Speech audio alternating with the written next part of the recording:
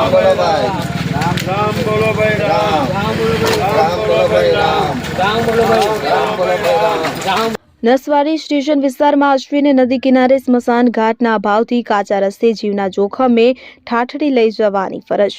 વિગતે વાત કરીએ તો નસવાડી સ્ટેશન વિસ્તારમાં નજીકથી પસાર થતી અશ્વિન નદીના કિનારે રાયણગોડા સરકાર ફળિયા તેમજ કલેડિયા તરફથી લોકો અંતિમ ક્રિયા માટે આવે છે, ત્યારે નસવાડી અને આનંદપુરીના સીમાડેથી પસાર થતી અશ્વિન નદીમાં નીચે ઠાઠડી લઈને ઉતારવા માટે કોઈ રસ્તો નથી, ફક્ત પગદંડી છે। ત્યારે ગઈકાલે પરમારવાસ તેમજ સરકાર ફળિયામાં 2 વ્યક્તિના મરણ થતા તેઓની અંતિમ ક્રિયા માટે તેઓને લઈ જતા રસ્તાના અભાવે પગદંડી ઉપરથી પસાર થતા મુશ્કેલીનો અનુભવ થયો હતો। ત્યારે વિકાસના નામે મોટો પ્રચાર કરતા સંખેડાના ધારાસભ્ય પુલિયા બનાવ્યા, રસ્તા બનાવ્યા, તેઓ આ અશ્વિન કિનારે સ્મશાન ઘાટ તેમજ અશ્વિન કિનારે રસ્તો ક્યારે બનશે તેવી અંતિમ યાત્રામાં આવેલા લોકોમાં ચર્ચા ઉઠી છે। હા, હું નસવાડીથી બોલું છું। હવે આજે પરમાર સમાજ હવે સ્મશાનની કોઈ પણ સુવિધા નથી। આજે 75 વર્ષ થઈ ગયા છે।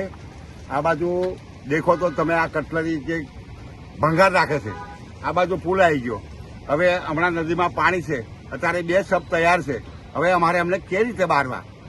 એને લઈ જવા માટે પણ રસ્તો નથી। તો સરકાર શ્રી સાહેબને અમે નમ્ર વિનંતી કરીએ કે આ નસવાડીમાં એક એવું સ્મશાન બનાવે અને એની એવી સ્ફૂર્તિ બનાવે કે ત્યાં બધા શાંતિથી બેસી શકે અને એમની શાંતિ ક્રિયા કરી શકે, એવી અમારી નમ્ર વિનંતી। શું નામ છે? ચંદુભાઈ ગિરધરભાઈ ટીંડી। નસવાડી તાલુકામાં 2 મયત થયેલા છે આજની તારીખે 20/1/2025।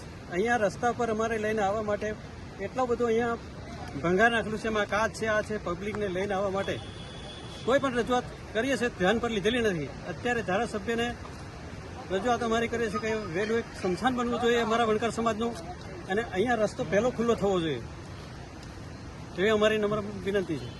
શું નામ છે તમારું? રામાભાઈ ગોવિંદભાઈ। રામાભાઈ ગોવિંદ।